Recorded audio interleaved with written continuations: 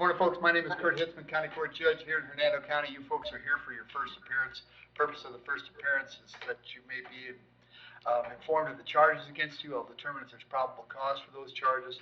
Probable cause simply means it's more likely than not that a crime has occurred.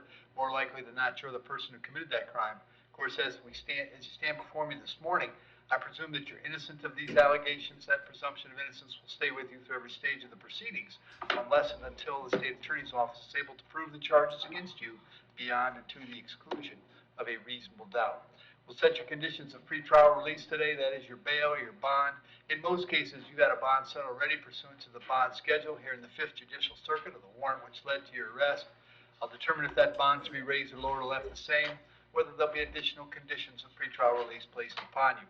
We'll let you know when your next court date will be, and if you'd like to have the services of the public defender, I'll gladly appoint the PD to represent you this morning. You do have a right to have contact with folks on the outside, family, friends, counsel. Finally, and most importantly, you're advised you do have an absolute right to remain silent with regard to the facts which surround your arrest. I encourage you to do that. These proceedings are being recorded. In addition, there is an assistant state attorney in the courtroom with me. If you say something that tends to incriminate you, they will use it against you in the prosecution down the road. I now need each and every one of you to please raise your right hands and be sworn. You all solemnly swear or affirm, tell truth, whole truth, nothing but the truth. Outstanding. When you hear your name called, you can step forward to the podium. Fallon Daniels. Ms. Daniels, what's your date of birth? 3/30/1983. All right, Ms. Daniels, first thing I have for you is an arrest for failure to redeliver leased property. There's probable cause for that charge. As to that charge, you're going to represent yourself. Hire private counsel. Would you like the public defender? I'm not sure at the moment. I need to speak with my attorney first. Okay. Talk to them. You can always apply for the public defender later if you need to, okay? Yes, sir. Okay. And state any history? Yes, Your Honor. She had a no valid in 2017 in Pasco, as well as... Nope, that's not hers. So that's the only one I'm showing Your Honor. All right. The other thing I had found was a warrant signed by Judge Bell because she thinks you failed to appear last December on a driving on a suspended license. Can she resolve that one today? Yes, Your Honor. I'd be agreeable to time served or withhold. All right. So Fallon, on the driving charge, if you want to resolve that one today, I'd give you a withhold and a fine and court costs, and at least that would be off your plate. Is that something you'd like to do? Yes, sir, because I do have my license now. That's why you're getting a withhold and a fine. We know that. Okay. All right. All right. In that Yes, case, sir. You understand by entering a plea, you give up the right to have a trial by jury, the right to confront the witnesses against you, right to remain silent, right to have a lawyer. But you want to give up those rights so we can take care of this today? Yes, sir. Case number 24 CT 2556. As to the charge that you drove knowing your license had been suspended or revoked. How do you wish to plead? You can plead no contest. Yes. I'll accept that plea, find it was freely and voluntarily made. I'll withhold adjudication. There'll be a fine and court cost of $450. You'll be on your own to make payment arrangements with the clerk's office on that one. As to the new felony charge, I'll set your bond at $2,000. That one's coming back. Jones, your note says 13th of November? Yes, Your Honor. November 13th. When you speak to your lawyer, Fallon, make sure you tell him about that November 13th court date, okay? Yes, sir. Very good. Thank you. Thank Yep.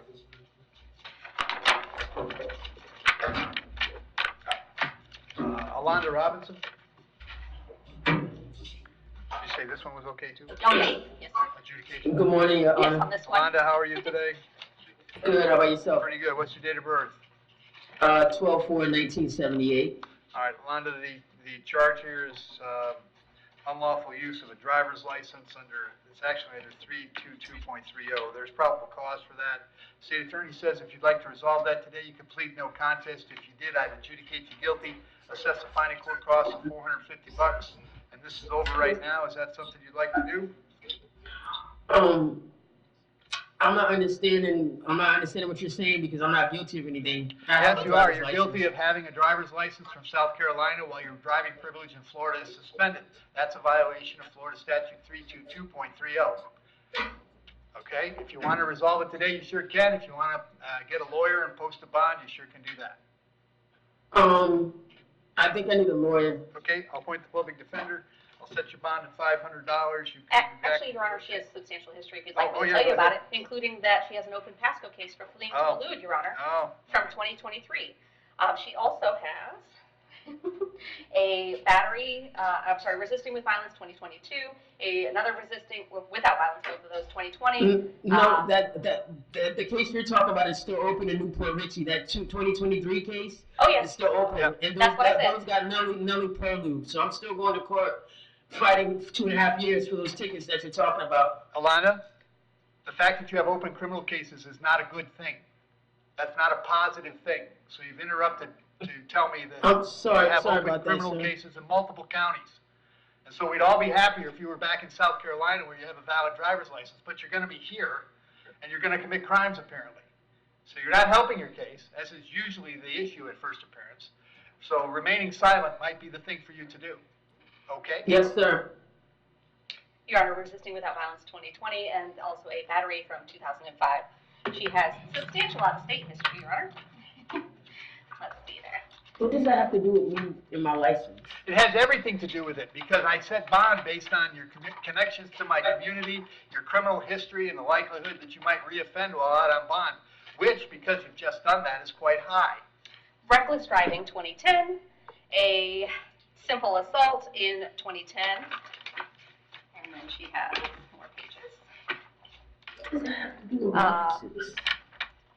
Trespassing and a disorderly conduct 2013, a driving on a suspended license with a DUI, driving on a suspended license, 2 counts of those from 2013, and with an open container in that case. From 2013, as well as an assault in 2013, Your Honor, out of state, a failure to appear, Your Honor, in 2014, out of state. Let's see. There is also a violation of ordinance, another failure to appear from 2016, Your Honor. Another driving on a suspended license from 2017. She was convicted of that in 2018, Your Honor. All right, ma'am, I have an address for you on Gulf Drive in Newport Richie. Is that where you live? Yes, sir. Which would mean you're not eligible to have a South Carolina driver's license, by the way. Are you working these days? Oh, yeah, I work 7 days a week. I have 2 jobs with the same company. Okay. Set your bond at $2,000. I'll have you back in court on the 10th of November. Make sure you contact the public defender when you get out. Thank you. Roy Griffin? Shut your mouth. Shut your mouth. Morning, Roy. What's your date of birth? 3377. Roy, this charge is battery being domestic in nature. There's probable cause for this charge. As to that charge, you're going to represent yourself. You're going to hire private counsel. Would you like the public defender? Public defender. I'll point to PD. State. Yes, Your Honor. He has an aggravated battery with a deadly weapon from 2018, a resisting in 2018, a felony battery, another assault. The felony battery was also 2018. The assault was 2015, and then another battery in 2012, and a duelist in 2006, Your Honor. Roy, I have an address for you on Drew Street. Is that where you live? Yes, sir. How long you been there? About 15 years. And does Amanda live there as well? Yes, my sister. All right. Are you working these days? No, sir.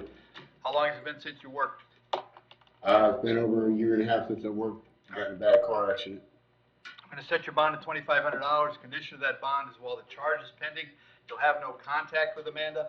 No contact means no contact of any kind. You don't call, you don't write, you don't email, you don't text message, you don't contact her through social media. Don't have a third person contact her. Don't go where she lives. Don't go where she works. You don't have any contact of any kind.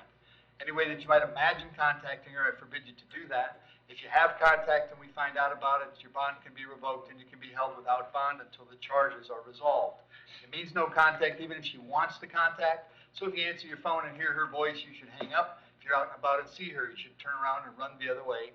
You need to understand that she cannot drop the charge against you. That is not a decision she gets to make. She may go to the state attorney's office and ask them to drop the charge. She may tell them she does not want to pursue this matter. But that decision belongs solely to the assistant state attorney handling your case. So unless that person or the judge on your case or your lawyer tell you the charges are dropped, you should assume they are not dropped and you should not have contact. In addition, I have to hold you today until 4 p.m. so that if she wanted to serve you with a civil injunction for protection against domestic violence, we'd know where to find you. If you get the civil injunction, it's doubly important you not have contact because in that case, not only would you get your bond revoked here, you get new charges for violating the injunction. As far as the home on Drew Street goes, as long as Amanda continues to live there, you'll have to find somewhere else to stay until we get this case resolved. You may go by one time to collect your things, your clothes, your toothbrush, whatever you need wherever you plan to stay. In order to do that, however, you must contact the sheriff's office first. They'll arrange a time for a deputy to meet you there so you can get your things and get going where you're going. I'm going to have you back in court on the 13th of November. Very important that you contact the public defender if you get out. What's your question? So she's locked up here. She's in here for beating up my mom, so she's not living there no more. My mom put a restraining orders, and I live there myself, so. Did you understand that I was telling you not to have contact with her? I told you that, right? Yeah, that's right. And you understood that? She's here. Yes, Okay, sir. I'm with you. Just hang on and listen. All right? If she's not living there because she's living at 6425 Spring Hill Drive, then it's not a problem. If she is living there, you can't be there. You read me? She's not living there. Nope. That's up to you. Yeah, the risk is on you. What I'm telling you is that if you're certain of that, fine. If you go there and she's there, you violated my no contact order and you're likely to get rearrested. It's on you. Yes, sir. Okay? She's locked up here in this jail. I heard you say it 3 times and I understood it each and every time. I'm telling you it's on you, okay? Yes, sir. All right, very good. Thank you. Thank you. David Peepers?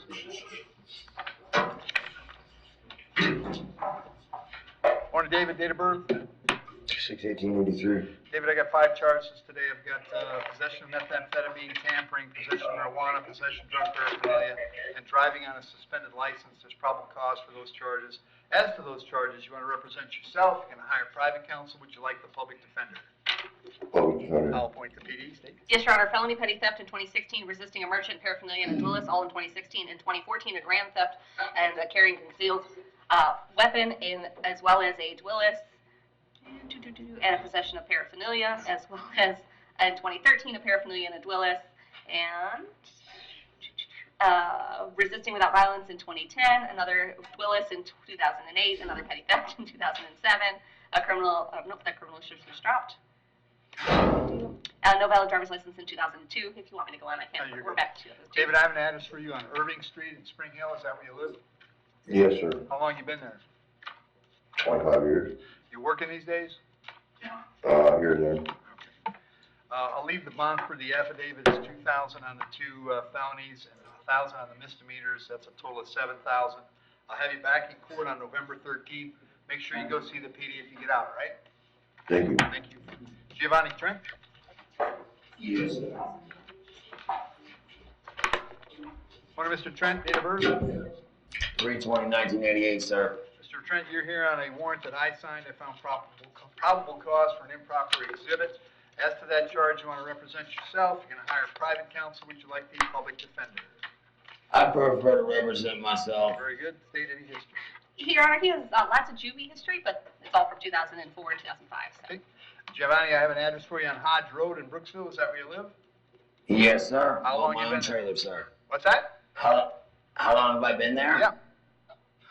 December 22nd, 2022 was my first day in there, sir. Okay. Are you working these days? No, sir, not right now. SSI Medicaid has cut me off, so I'm in between. I've had someone defraud my vehicle, so I'm in between getting a new vehicle, sir, Your Honor. All right. I'll set your bond at $500. I'll have you back in court on November 10th, okay? Okay, sir. Thank you. Thank you. Michael Valentine? Yes, sir. Morning, Michael. Date of birth? 7/15/90.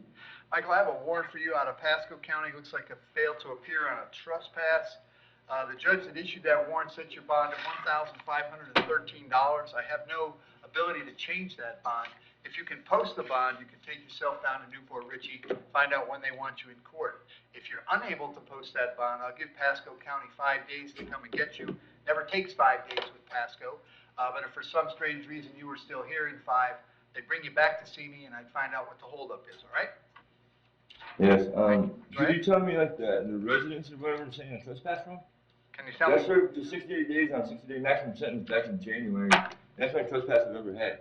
Again, it's a different county, a different circuit. You gotta go to Pasco to get answers to those questions, all right? I have no time on this, so it's All right, crazy. thank you. Thank you. Joshua Vasquez?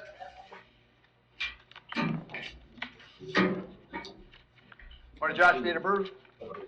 12/27/82. Josh, this is a warrant out of Citrus County. Judge who signed the warrant thinks to found probable cause for a violation of probation and then set a cash-only bond of $500. Same situation, I can't change that. If you can post that bond, you can get out of jail here. Go up to Citrus, find out when they want you in court. If you can't post it, I'll give them 5 days to come pick you up. It won't take 5 with Citrus, okay? Yes. Thank you.